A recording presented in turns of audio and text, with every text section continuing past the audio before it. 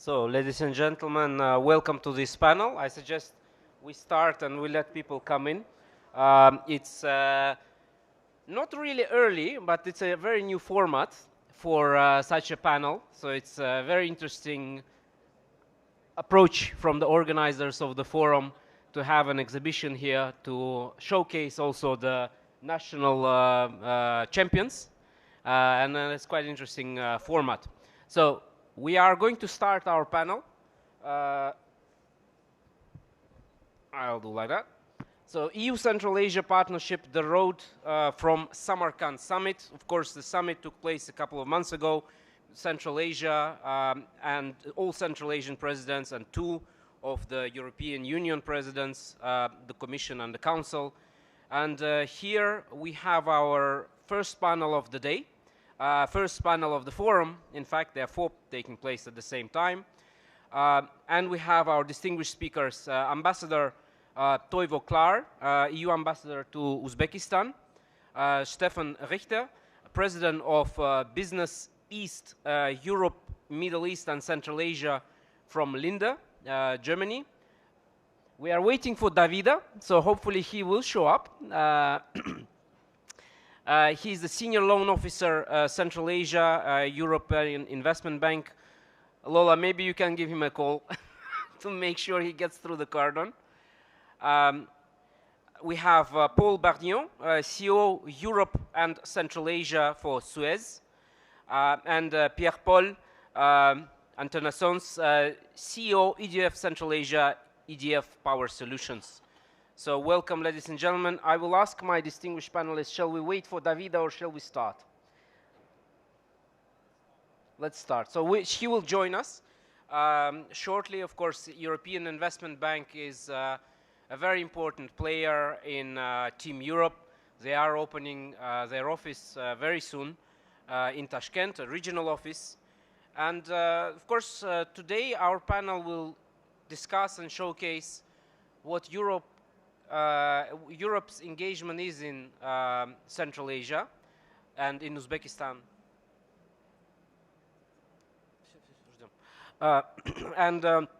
Of course, the relationship between the European Union and Central Asia and Uzbekistan in particular has reached unprecedented heights over the last several years. The summit was really a high point, but we are still moving forward from that. And Ambassador Klar, first I want to come to you and ask you, from the EU perspective, how has perspective and perception of Central Asia and Uzbekistan in particular evolved in recent years, and how, from the European side, strategic shift is being translated into long-term engagement in Central Asia and in Uzbekistan? So, thank you very much, and thank you for inviting to this panel. So I have a unique, I have the privilege of having worked with Central Asia from Brussels between 2015 and 2017. And so I have a bit of a personal historical perspective on the relations of the European Union back then and the relationship today. Of course, the joint history goes back centuries, and the diplomatic relations between the European Union and the Central Asian countries go back 30 years. And the EU has consistently engaged with Central Asia over these past more than 30 years. But when I left my position in 2017, I don't think many would have imagined that, even though the reforms in Uzbekistan were ongoing at that time already, that we would be at the point where we are today, where border conflicts have been resolved, where the five countries are cooperating ever more closely, and where, in fact, Uzbekistan is a driving force in regional cooperation. and that was very clear when we had, and that was symbolized by the summit that we had in Samarkand just 2 months ago. So we really are seeing a huge shift in relations between the EU and Central Asia. This is due to the internal dynamics here, which make the whole region more attractive to partners, and it promotes a stronger focus by the EU and the EU member states to a region that is strategically located.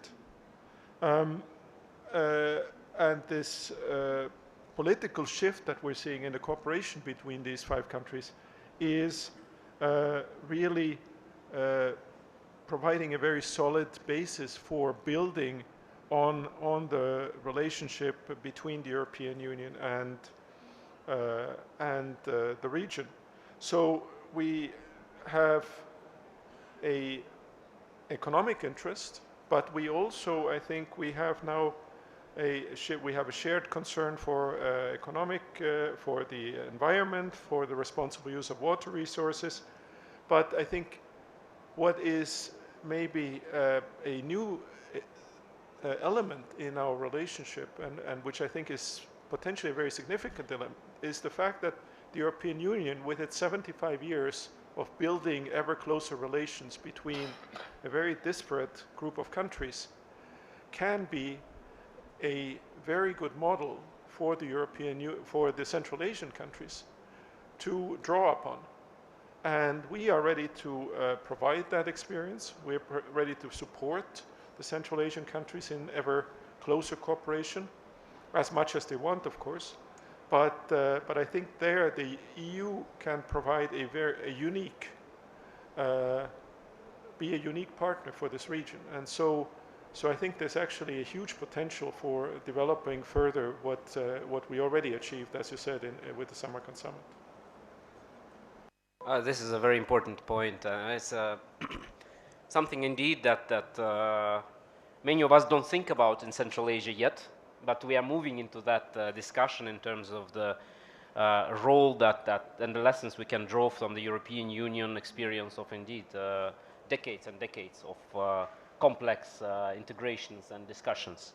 One of the key elements that European Union also offers from our perspective in Central Asia here, and I put my Uzbek hat on a little bit, is the we think about technology when we think about Europe and economic added value. And Stefan, I want to come to you here. Linde is one of Germany's biggest industrial companies. You have always been at the forefront of technology. When you think, again, also in European, not just Uzbekistan, but when we think about European presence in Central Asia, we think about investments, we think about technology. In your case, which technologies or solutions do you see helping Uzbekistan gain an edge in the industrial modernization, which of course Uzbekistan is extremely trying to accelerate, trying to be at the forefront? Thank you very much, Özbek, for this good question. And perhaps before going into the technological parts, let me make and allude to what Ambassador Klar was just mentioning. What we see when looking to Uzbekistan is a country that has went through an enormous transformative process over the last couple of years. The climate for foreign direct investment has significantly improved through governmental reforms in the area of slimming down on the administration, making it more efficient. We see significant improvement in logistics area and in infrastructure that is important for us and our partners, but also in the space of digitalization, where the attractiveness of this centrally located country for us as Linde has increased significantly. As Linde, we are operating since 13 years in Central Asia and have meanwhile gathered, I believe, a very good experience, and thanks to our global reach, we also have a good comparative view versus other emerging regions on the globe. What we see, and I think what underlines the strong will and the environment Uzbekistan is operating in, is a very strong will from the industry to diversify on the one hand side, but at the same time there are bold moves in order to improve efficiency, and particularly on the energy sector also to go into new spaces. With Linde's unique technology on gas applications that drive efficiency at the customer side, we help local partners through long-term engagements, driving their own efficiency forward, would it be through topics of combustion enhancement in the metallurgical space, in the chemical industry and oil and gas. These partnerships help not only to drive the competitiveness of Uzbeki enterprises in the international markets, they have a very positive side effect that from a sustainability perspective, in many, many cases, they lower carbon intensity and provide a positive impact on the environment as well. And with this said, also in this space, Linde provides opportunities to look into elements like hydrogen derivatives that enable the energy sector of Uzbekistan going into new directions that will compete in an international energy market with more and more emphasis on carbon intensity and sustainability aspects. So from our perspective, lots of governmental reforms, successful transformation of the country, and a more and more interesting environment to invest and bring our technologies to the country. Thank you very much indeed. And speaking on the subject of also transformation and experience of European companies in Uzbekistan, Paul, we have seen Suez first really look at this market in 2018, I believe, and we are a long road from that, and you are one of the quite successful companies, I believe, so far from the European Union. You are a global player, and your particular portfolio within the organization counts not only Central Asia, but actually all of Europe, and incredibly large portfolio. It allows you to be exposed to very different markets, both in terms of their development, but also in the way of business is done in those markets. So you have the advantage of, as Stefan, you have the advantage of comparing, ability to compare of different markets with Europe also in Central Asia. And maybe staying on the technology side a little bit after your general remarks, I want to move into your core sector, because water is extremely important also for Uzbekistan and Central Asia, and modernization through development initiatives. How can Uzbekistan modernize, use the experience of European companies towards this kind of development initiatives that can be accelerated locally? Thank you, Aybek. Thank you again for inviting me to participate in this great event. Good morning, everybody. Effectively, Suez is one of the first European companies to participate in Uzbekistan. We started working back in 2018, and I think we would fully support the comments made by the other members of the panel on the major changes and transformations that we are seeing in the country over the last 7 or 8 years. Suez saw it as a potential market for effectively supporting modernization, because until about 2018, I think in terms of the water and wastewater markets, we can certainly say there was major underinvestment for 30 or 40 years, and the infrastructure is very old. We can see it in many ways. One would be the losses from the system. All of the water networks are losing a lot of water. They are very inefficient in terms of energy. And I would probably add, in terms of the skills, there's a lot of work that can be done in supporting and developing the local teams in international standards of water management. So some of you would know Suez has effectively implemented a first co-management contract with the city of Tashkent, where we are working especially in introducing new technologies, including digital technologies, which allow us to be much more effective in repairing networks, identifying leaks, anticipating, focusing on where to renew the networks, and generally leading to significant savings in terms of water. We're talking about water for hundreds of thousands of inhabitants. Obviously, we're in a country with strong growth, demographic growth, and which is directly impacted by climate change. So saving water is fundamental. But as I mentioned, we're also working on optimizing energy consumption. I think this is fundamental as well. Again, we have lots of digital solutions that we have been implementing with the local authorities to improve energy consumption. And finally, but for me, most important of all is what I was talking about is capacity building, is knowledge transfer. We are supporting and training a lot of the teams in the water networks, the wastewater networks, bringing them international knowledge and expertise so that they can effectively operate and modernize those networks to make Uzbekistan best in class in terms of management of their water and wastewater. So I think it's technology, but it's also human skills that are very important in making this kind of project work. Thank you very much, Paul, indeed. So when we think about European presence on emerging markets, especially those which are developing very fast, and I think this is what we have to come with, is really the transfer of knowledge, transfer of technology, and this is something consistent through both through the EU role here, incredible projects being implemented by the European Union, led by the delegation, but also by each and every company present here. Davide, welcome. Great to see you.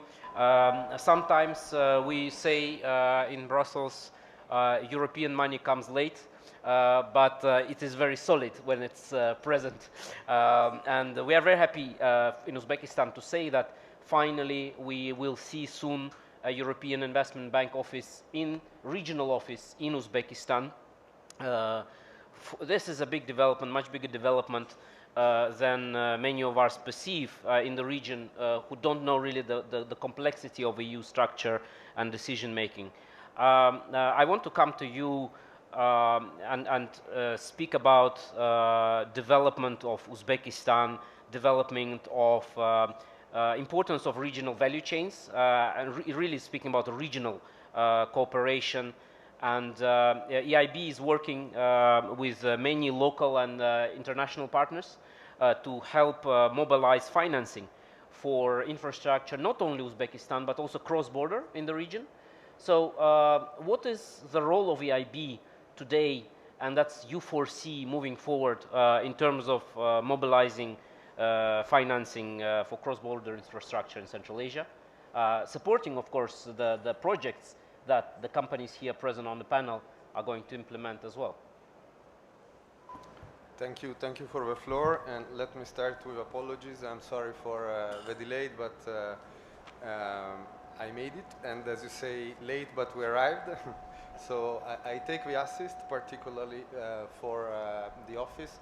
In fact, we would like to capitalize on the positive experience we had in Uzbekistan at the Samarkand summit, where I would say finally European Investment Bank signed a host country agreement with the government of Uzbekistan that will enable us to open an office sooner than later. It is expected to happen already this year, and as we normally do in many of other geographies, here it will be a regional representation as we start to enter the region.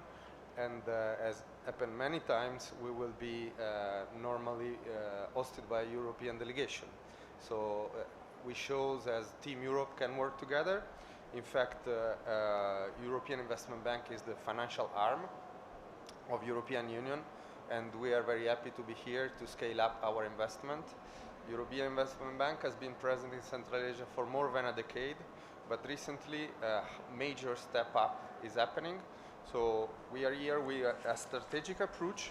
In fact, to link also to what you were saying, we would like to share our knowledge for what European Investment Bank has been created in its inception. So particularly large infrastructure projects that are going cross-border. So when European Investment Bank started this activity more than 65 years ago, we did projects that were not able to be financed by only one country, but they are enabling the region to step up in terms of infrastructure. And now, after all these years, we would like to share our knowledge, not only in terms of infrastructure, but particularly in terms of sustainable infrastructure.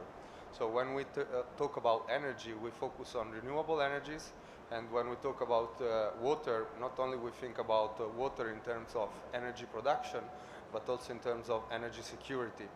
More and more, the climate change is showing us that events are becoming more unpredictable. What we would like to do at European Investment Bank is to develop infrastructure that they can endure time, and also make sure that the region has a water management sustainability program. So we would like to, of course, produce energy, and not only this. Moreover, European Investment Bank have been able to unite countries in Europe, and we would like to do the same here in Central Asia, particularly with Trans-Caspian corridors. So transport that are done in a sustainable way with large infrastructure, but that can go beyond the border of one single country. Thank you very much, David, indeed. And again, EIB's presence here is only going to grow. We see the level that EBRD has developed its presence in the market. They could not be here, unfortunately. They wanted very much, but they have bilateral meetings with their president, who is visiting Tashkent today. And what I want to do now is, Pierre-Paul, maybe go to you. EDF is a key player in Europe.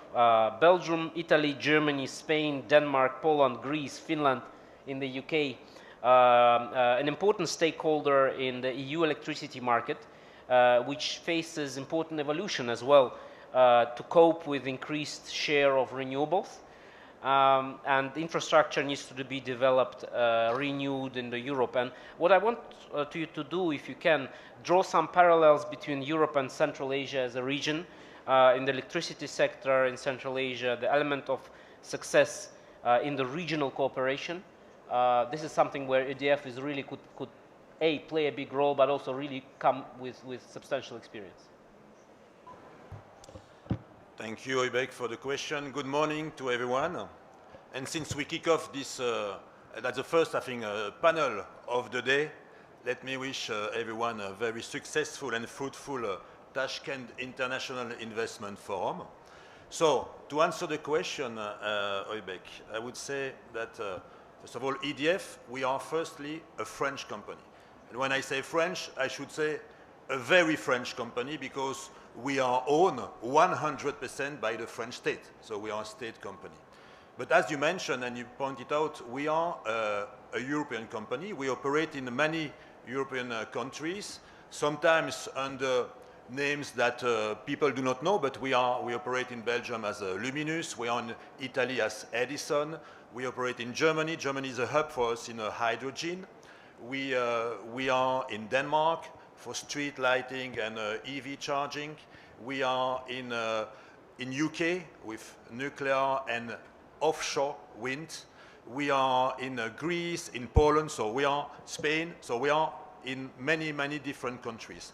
And this, as being a European company, we are a key actor in the European electricity market, which faces now major challenges with the introduction in all these countries of a more important part of renewable energy sources. So we are in a key position and a key actor to see what happens and the changes on the European market.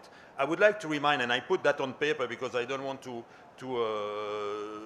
I want really to quote what is the main objective of the integrated EU electricity market. There are three. Actually, there is first to ensure affordability by boosting competition. This is one. Allowing consumers, European consumers, to choose electric suppliers, not only in their country, and increase stability and security. So you get my point, I think, because that's the situation in Europe, but we as EDF, we are also present in Central Asia. So we have major operations in Uzbekistan, and we can draw a parallel. So the key word in Europe, this is connectivity, and I think that Mr. Ambassador, you know this word very well because that's the core of the EU strategy for Central Asia. Connectivity, it means that all the networks in Europe are fully interconnected. There is not one day, even I would say 1 hour, where there is not transfer, purchase, sales of electricity between all the European countries. And this is something which could be an objective for the Central Asian countries. I think what we saw in the last years, that's an evolution going in that direction. We see a cooperation which was, I would not say dead, but you know, the network was disconnected in some parts, and now there is reconnection. There are regional projects. Even us as EDF, we are involved on a beautiful project. We hope it will go till its end, but it's production of hydroelectricity on Tajik territory for 100% offtake in Uzbekistan. So this is something real. We work on that. We work with both ministries of energy. There is a GV already set up in Dushanbe to manage that project. So these are things real. And I think, Mr. Ambassador, you started by saying that EU could be a model. You know, what the model we develop in EU could inspire some of the Central Asian countries. I really think that we could go also in that direction. There are many connectivities, digital, transport, but the connectivity at the level of creating, let's say, a regional electricity market is something which could be, you know, which should help the governments here drafting the strategy over the next years. I stop here and I hope I answer well your question. Thank you. That's excellent, Pierre-Paul, indeed. Now, you referred to the ambassador, and Your Excellency, I want to come back to you. The EU delegation in Tashkent is at the center of a very wide array of activity. You're really spearheading the EU efforts of engagement here in Uzbekistan, from frequent high-level visits from Brussels to your team's support of dozens of programs and engagement across multiple sectors with public and private stakeholders. To be honest, I have no idea how you managed to do that amount of work, but you have an excellent team whom we know very well. But given the scale and the diversity of EU engagement in Uzbekistan, what I wanted to ask you is how the strategy of that engagement is structured. The delegation is acting as a central coordinating hub across institutions and sectors and stakeholders. But there are key economic priorities for the European Union, as Pierre-Paul also mentioned, guiding the presence and activities here. Could you share and open up a little bit to the audience how that engagement and strategy is really structured? So thank you very much. So first of all, as regards specific sectorial priorities in our relations with Uzbekistan, of course, we do have our global gateway strategy, which is focusing in Central Asia, particularly on transport and satellite communications and critical raw materials. These are strategic interests for the European Union that we are pursuing through our engagement with the Uzbek authorities and also indeed with the authorities of the other Central Asian countries. At the same time, of course, the European Union is already Uzbekistan's third largest trading partner. And that's something that gets lost in the statistics sometimes because the statistics add up countries, not the EU as a whole. And in fact, this is also illustrated by the fact that we have not one but two high-level, top-level visits happening to Uzbekistan at the time of this investment forum. And we have two parallel events dedicated specifically to Bulgaria and to Slovakia happening. So that shows the extent of engagement with the European Union. Ultimately, of course, specific decisions, business decisions are made by businesses, and the European Union and the delegation, and I think also Indeed, the embassies of the member states are here not to sign or negotiate specific business deals, but to work that we have a level playing field and good conditions for European investment and for business development. At the same time, it's also important to emphasize what the EU is about. It's not only, I mean, we don't only push for access to the Uzbek market, that is important, but also what President von der Leyen said during the summit in Samarkand, that while some players are only interested in extracting and exploiting resources, Europe's offer is different. We want to be your partner at eye level. And I think that is what distinguishes the EU from many other actors. And so we are interested in developing both the economies and the societies of our Central Asian partners, and to work with our Central Asian partners in this regard.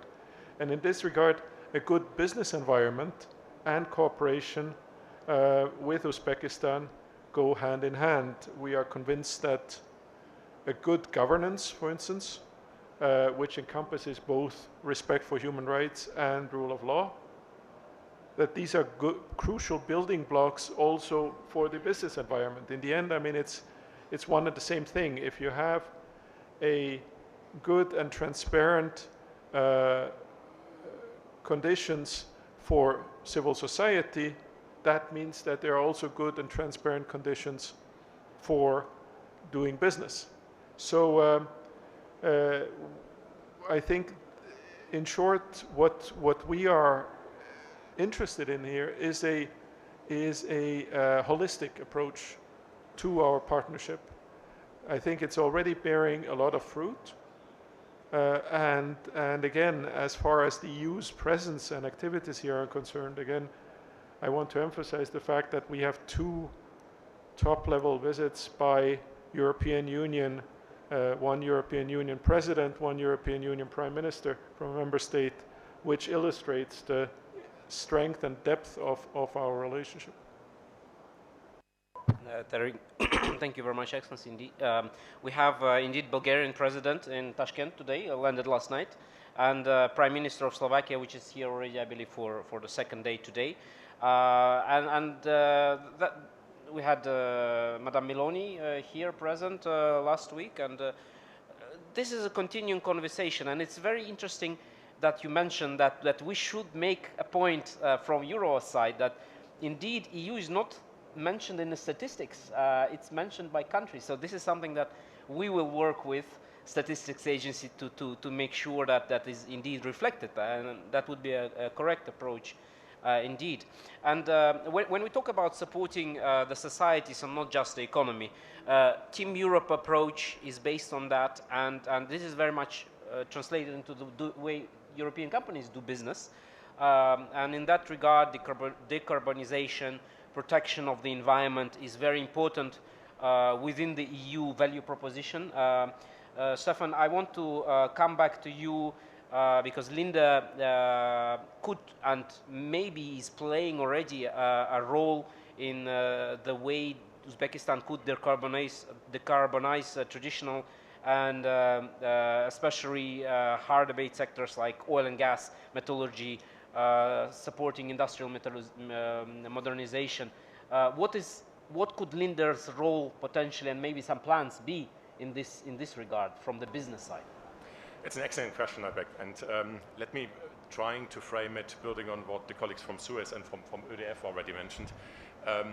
At the end, it's a lot about competitiveness, and competitiveness of Uzbek companies depend on the capability not only to produce products for the domestic market, but also to sell successfully abroad.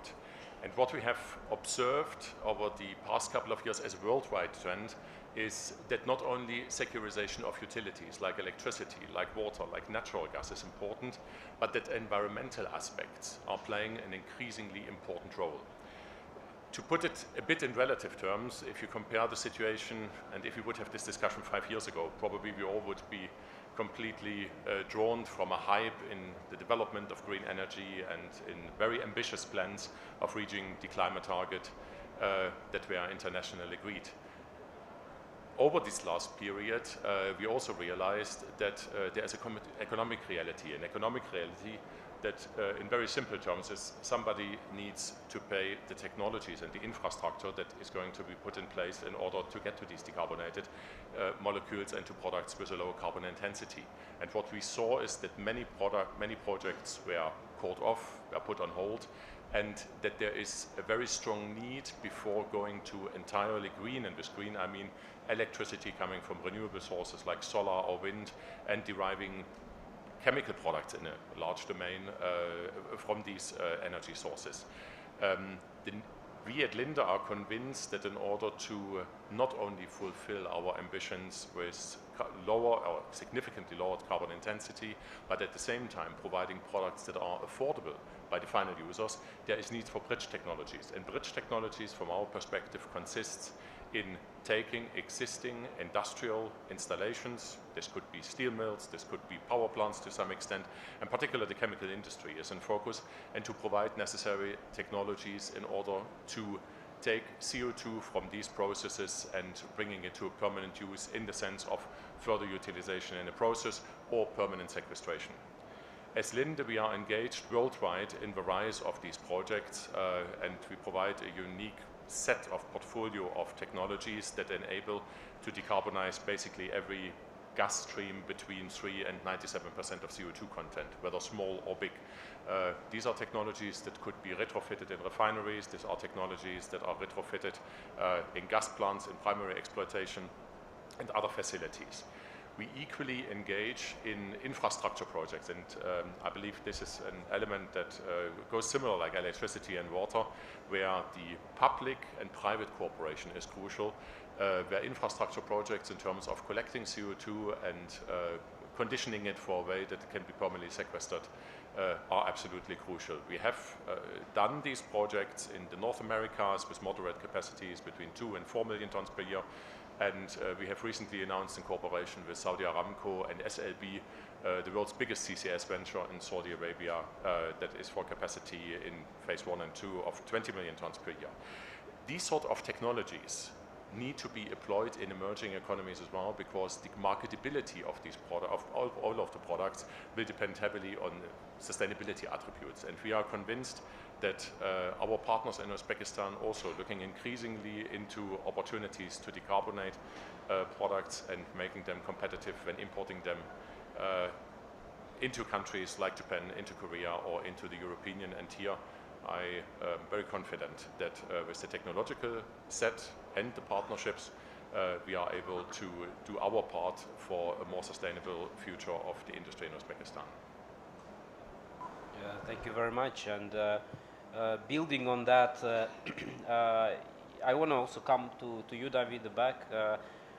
Team Euro's engagement in Uzbekistan and in Central Asia in particular is very clear in terms of, and we really have a very good, unique synchronization between private sector and the public sector values, the way we bring in technology, understanding, and collaboration between the things that Ambassador and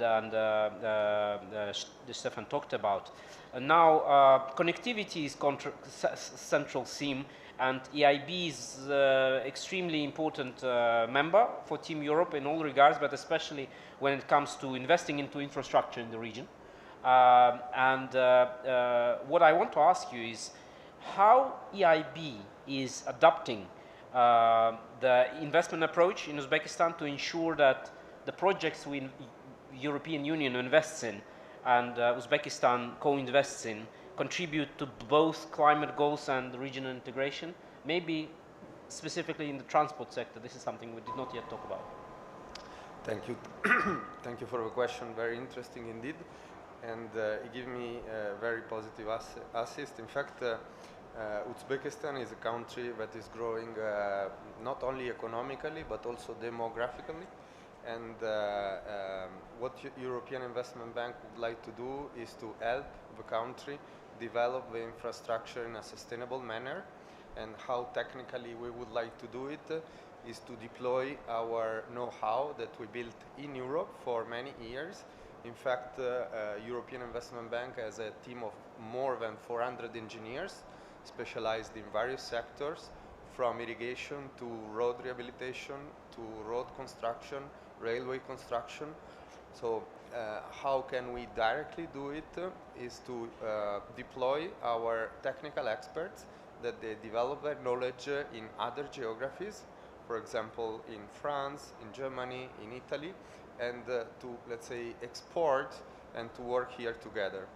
Another point very important that you underlined is that European Investment Bank always work together with other partners.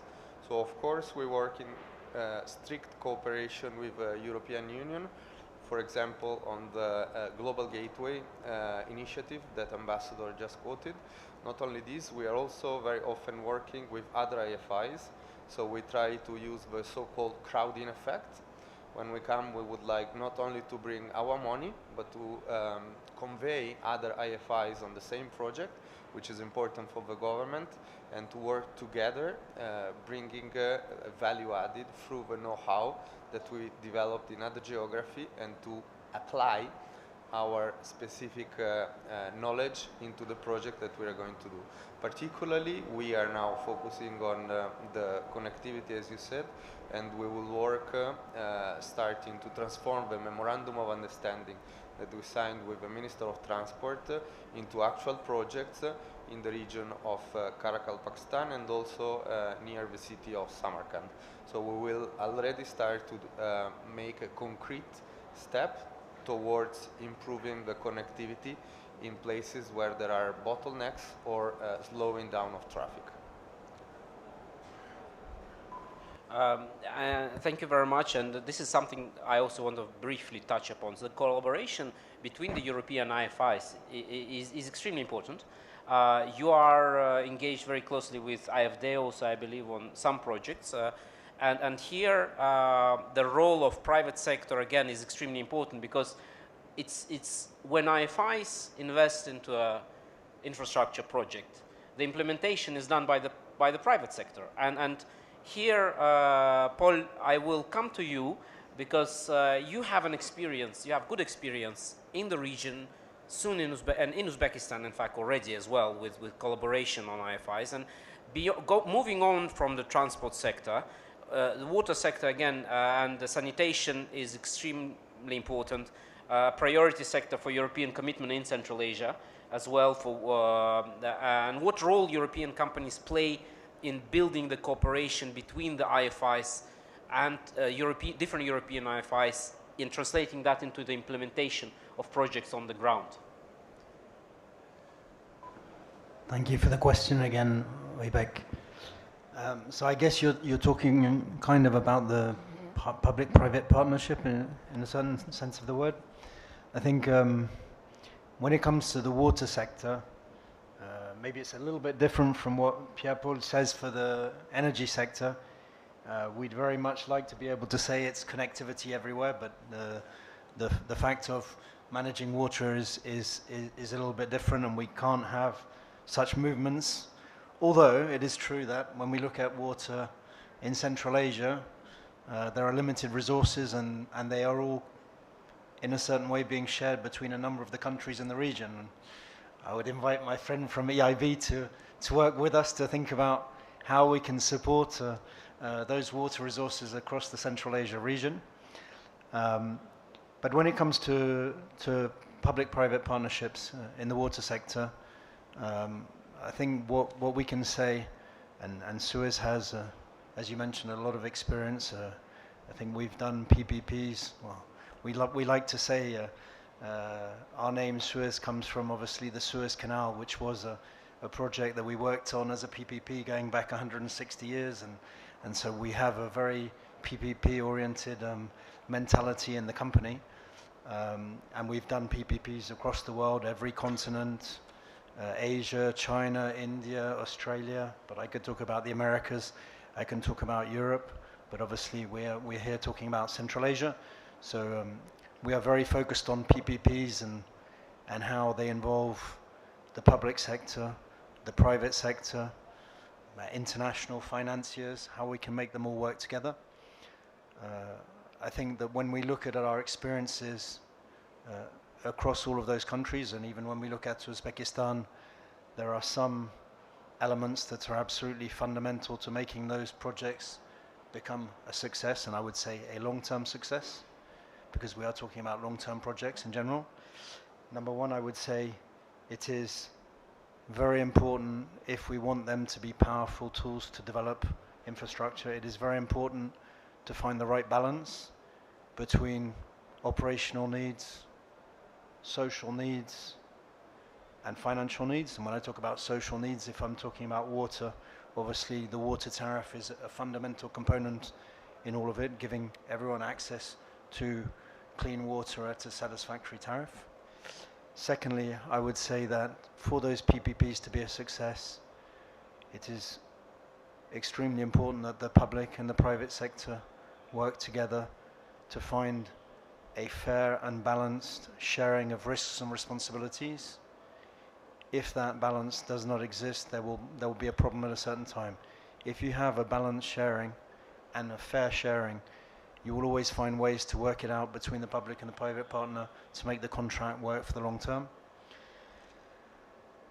Thirdly, I think if we want to make those contracts a success and be able to push them through rapidly, it's important to work in a context with reduced bureaucracy, where it is easy to push through, especially when it comes to procurement, for instance, those projects to make them a success. I would also say, similar to what I said before, maybe water is very different from energy, but there's no one-size-fits-all solution. What maybe works in the energy sector does not necessarily work in the water sector, and even in different parts of the water sector, you don't want the same solutions. If you're dealing with the water networks, it may be different from if you're talking about developing wastewater reuse or desalination. But you need to design the projects in a way that fits and works for the public sector, the private sector, maybe the financiers as well. Last but not least, and what I would say from Suez's experience is the most important thing of all, is if you want those PPPs to be a long-term success, I think the ambassador was talking about Europe being focused on being a partner. I think when we see long-term PPPs being a success, it really is because it is a partnership. It is because between the public and the private sector, you work together over many years in a partnership, creating trust and working in a context of complete trust. Otherwise it will never work. That is the most important part, in my opinion. So I guess today, as I said, we are working on one of these projects in Tashkent, and we have a number of other projects potentially coming out in Uzbekistan. And so I guess we have that relationship today. I would again like to say many thanks to the Uzbek authorities for the confidence and trust they place in Suez. Thank you very much, Paul. And coming to you, Pierre-Paul, you are also a French trade advisor. So what I want to draw a little bit wider, because a lot of CEOs, European CEOs, are actually in Tashkent this week. We could not include everybody on the panel, but French companies in particular play a very important role in Uzbekistan's market today, and especially in your sector of energy. January 25 this year, President announced a very ambitious goal of 54% renewable-based electricity generation by 2030. And I think Total was the first actually company to launch a renewable PV plant in Uzbekistan. There are plans by other companies, hybrid plants, and you are building the biggest combined cycle power plant in Uzbekistan's history so far, in the southern of Uzbekistan. What I want to ask is how important is the role of European companies and so far, and what you think moving forward the role of European companies in the sector of energy could be towards reaching that very, very ambitious goal of 54% renewable electricity by 2030? That's a difficult question, Oybek. You know, that's everything is relative always. it's true that there is it's like a love story between Uzbekistan and France in terms of French investment in Uzbekistan. You can see many major French companies being active in Uzbekistan. We have Suez, we have Veolia, we have Total Energy, Voltalia, EDF, Orano. So you have really a quite impressive number of French companies in the country.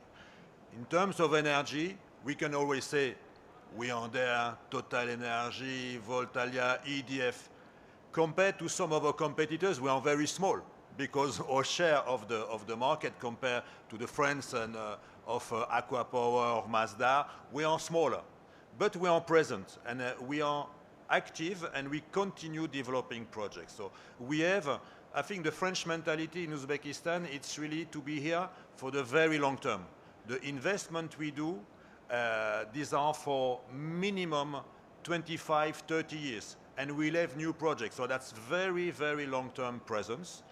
And in the energy sector, yeah, we know the objective of the government to increase dramatically the share of renewable electricity sources in Uzbekistan. In EDF, we also believe that we cannot forget the pilotable sources of energy, the more traditional ones, because to rely only on renewable, we don't believe it is feasible. So that's the reason we are active in building two major combined cycle thermal power stations, one in Sirdarya and one in Sukhandarya, both of 1,600 megawatts. So these are very, very big plants. And we believe, and that's the philosophy of EDF, why we do that? Because we want to accompany Uzbekistan in its transition. It will take time for Uzbekistan to reach the zero carbon, the zero net in 2050, 2060. And on their way to zero emission, they need pilotable sources of energy. That's the reason we are also very eager and willing to invest in the hydro sector. Unfortunately, so far, we haven't found the common language with Uzgidroenergo, but we are tenacious. You know, we continue discussing, and I'm sure we will be able to develop some hydro projects in Uzbekistan. And in renewables, I have to say, we have ambitions. We start late, of course, compared to the competitors, but we are very willing to bring the EDF technology and capacity in wind. Wind, we are very good, and there is a potential again in wind, especially in the western part of the country, and we will be very, very happy to be active in that sector. Thank you. Thank you, Pierre-Paul. And well, we are here for a conversation, and it's important. And I think this is a very important differentiating factor for the European Union and European business, is that we are here for conversation with government, with local partners, with stakeholders, between each other. The differentiating factor with the EU is that we don't really drive the economic agenda, I think, we discuss, we see what we can achieve together with the government. The role of Eurous, I think, is, in that regard, is also important to make sure that we find a balance in the way what is really the best, in the best interests of Uzbekistan. And I think for us, this is as Eurous, this is an important differentiating factor of the European Union. And what I want to do now a little bit is to look at the wider perspective. Ambassador, coming back to you, taking in what was discussed, I try to cover as many things as possible in a very short panel. But I want to touch upon future prospects. Vision for the EU-Uzbekistan relations post-2025. You've been here now for fairly good time, but you have been you had a very important role in other regions on behalf of the EU. Your experience as a diplomat and an official of the European Union is, stretches far beyond Uzbekistan. And you can reflect on the past experience of the EU's role in different regions. So asking you this question, I think is much better than asking this question in Brussels, frankly, because you have that experience in the different regions, but also in Brussels. How do you think the relationship from this point will move forward between the EU and Uzbekistan and EU Central Asia, perhaps?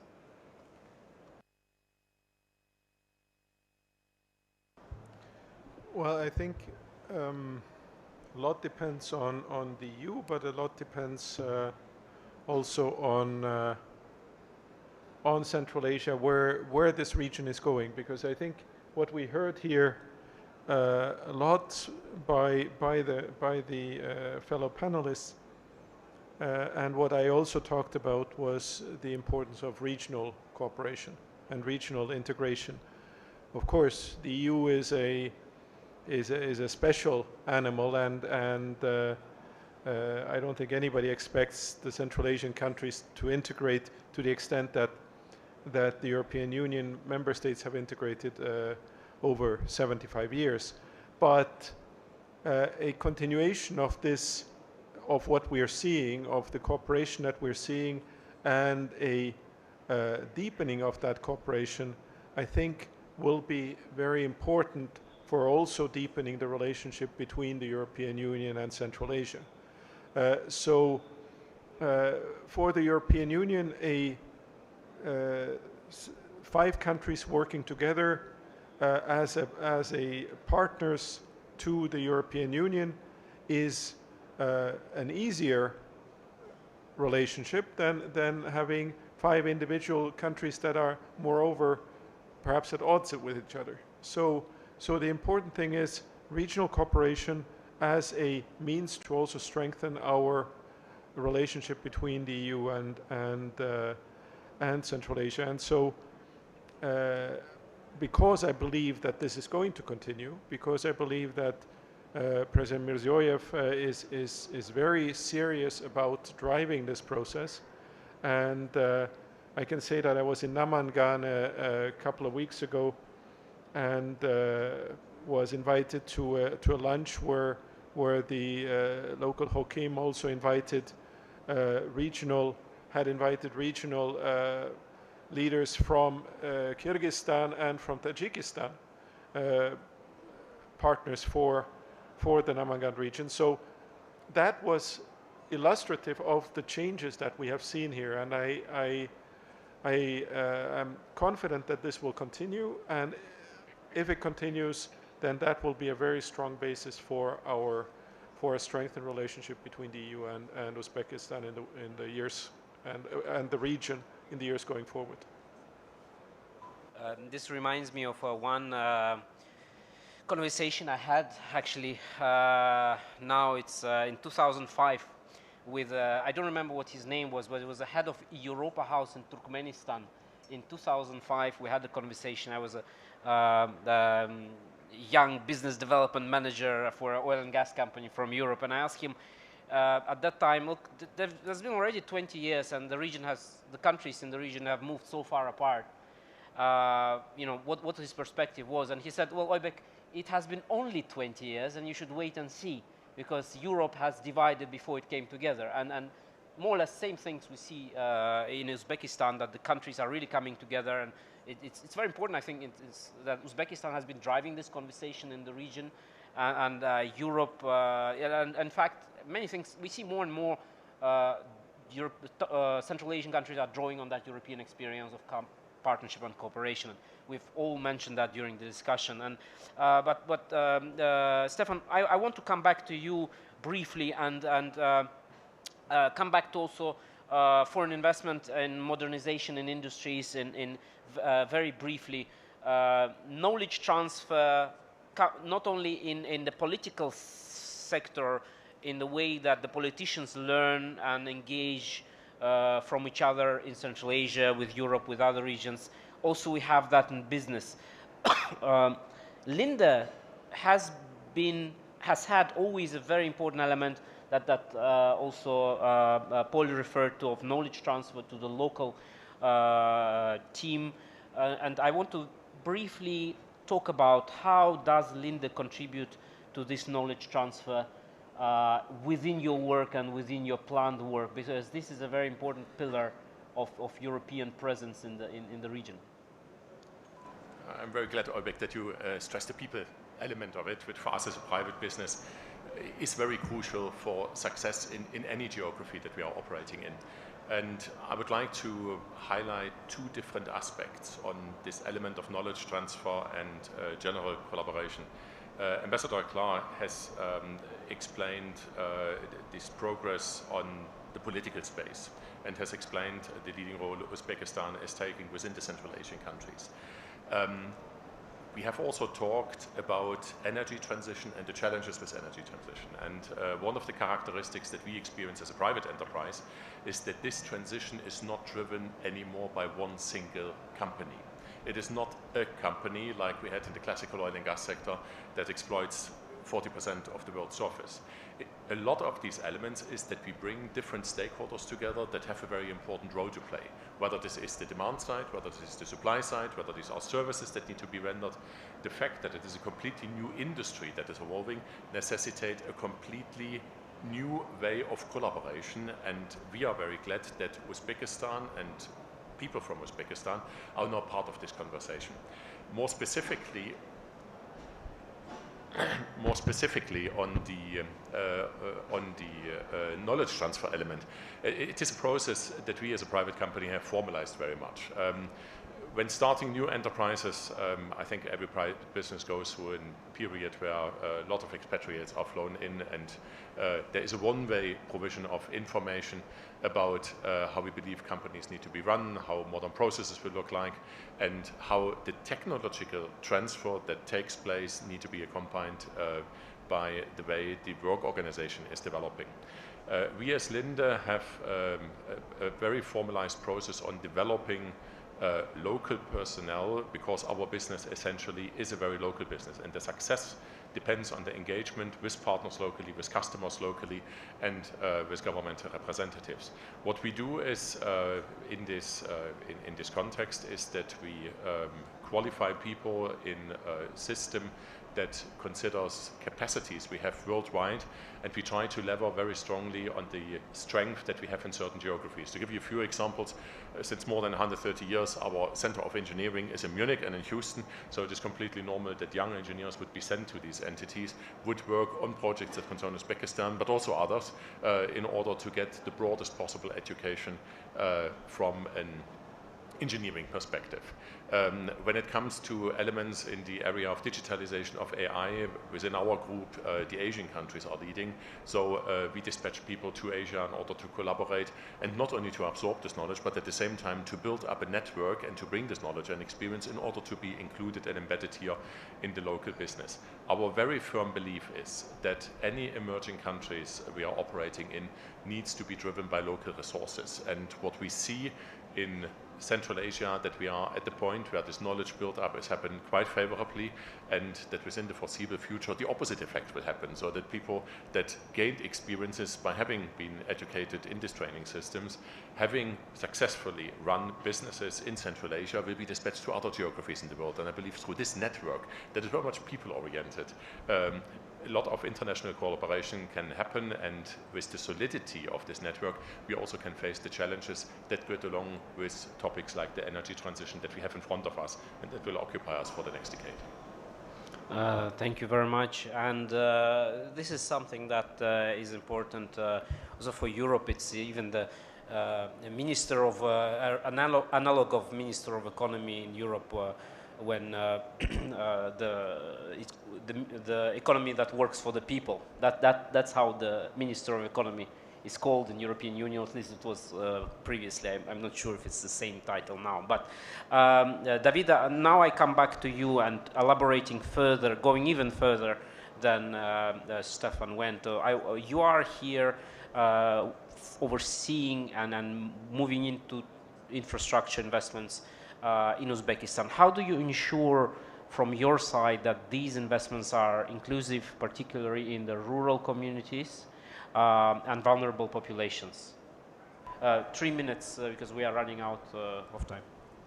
Thank you for the question. I will be very brief, and this is part of our standard activities. whenever EIB is assessing a project, when we are doing our due diligence activity. Before I mentioned our more than 400 engineers, but this is not only one part, it's only one part of our team for the due diligence activity. In fact, on the standard team that I mobilized whenever we are doing a project, we have other colleagues involved that take care of procurement, but also there are colleagues that are particularly focusing on environmental and social standard.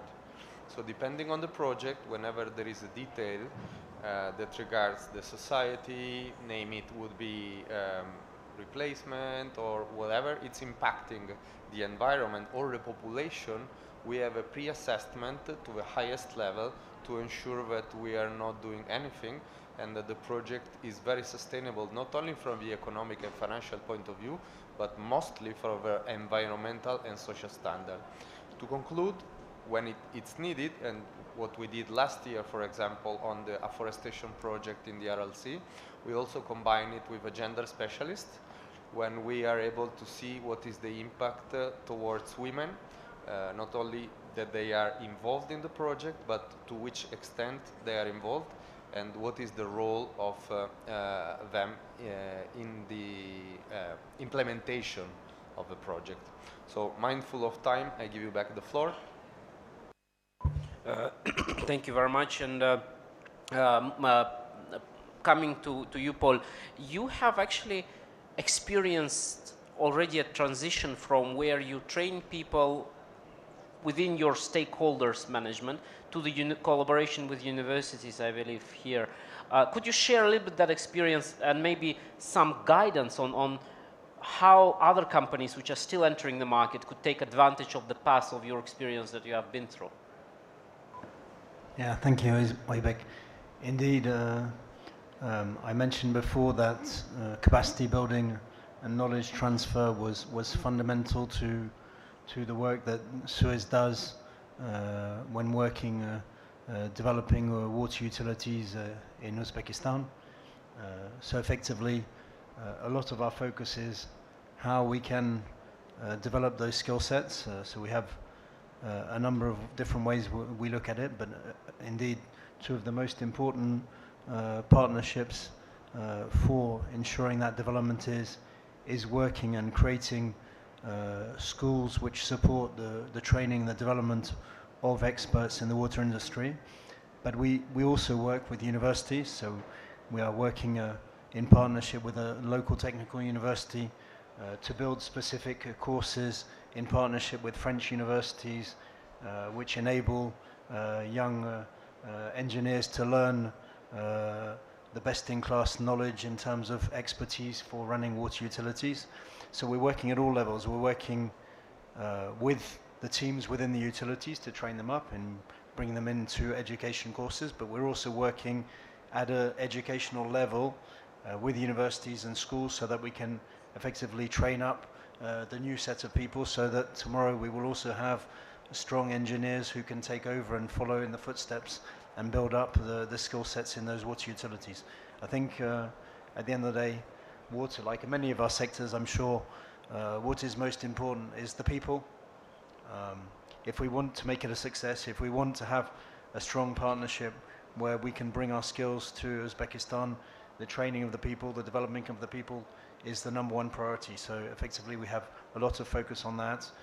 We work with universities, we work with schools, we work with the teams.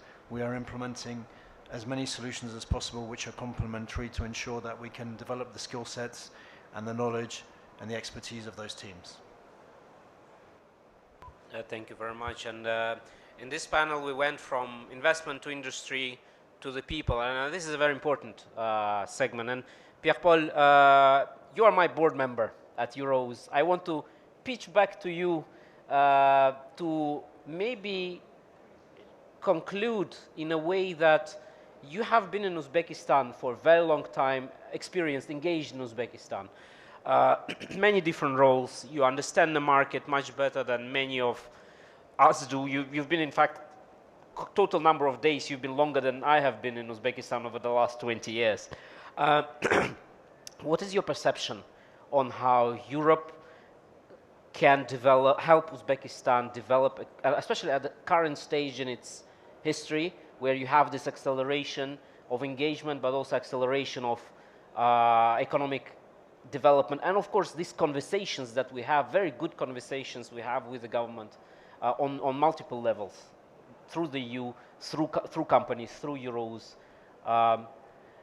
What is the vision of Europe in Uzbekistan, in your opinion? Well, that's normally a question for the ambassador, but here there is a desire of Europe. This we feel it really, and I think that Europe has understood that, and it's more and more present. Many of us, we were in Samarkand a couple of 2-3 months ago. It was historical. Everybody said it, and that's true.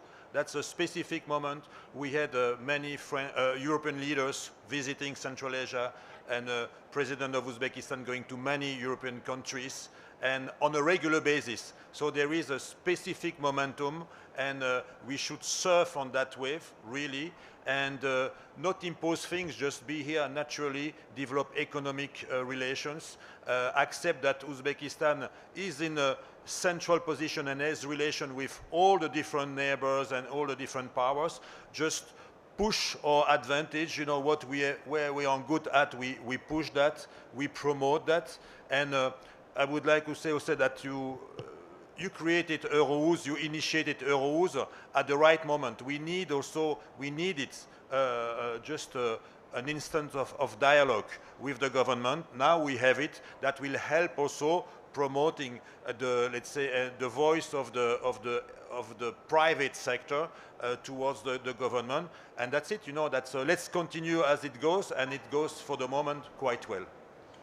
Thank you, Pierre-Paul, and I will, Ambassador, I will give you a final floor, because of course Pierre-Paul can speak from the private sector, and this is what I wanted to make sure that we have both perspectives. Your Excellency, you have been instrumental in supporting Euros on so many levels of our engagement here, but you have borne really the tip of the arrow of collaboration between the EU and Uzbekistan. You have spoken on the general vision, but this year beyond 25. But 25 is we are in the middle, and we have some big events coming, both ways. How is this year going to develop that you could share with the audience moving forward? And this is the final question. I see that the organizers are pushing us a little bit. Indeed, I think there's a very tight agenda here. So, of course, the major event that we're looking forward to is President Mirziyoyev visiting Brussels.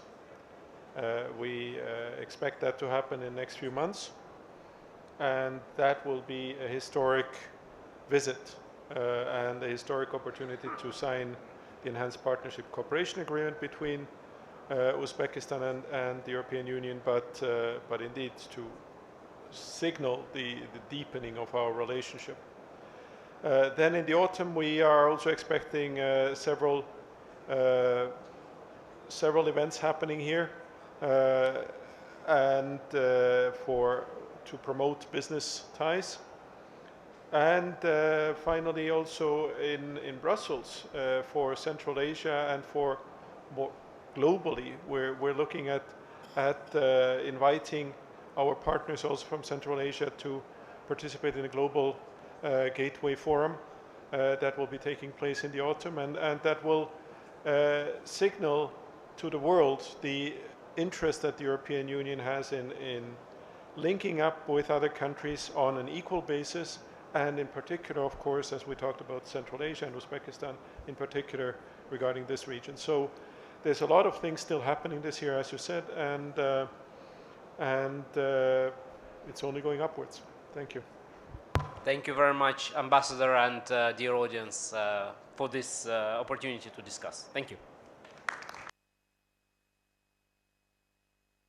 I suggest we just take one photo before we leave as speakers. Thank you.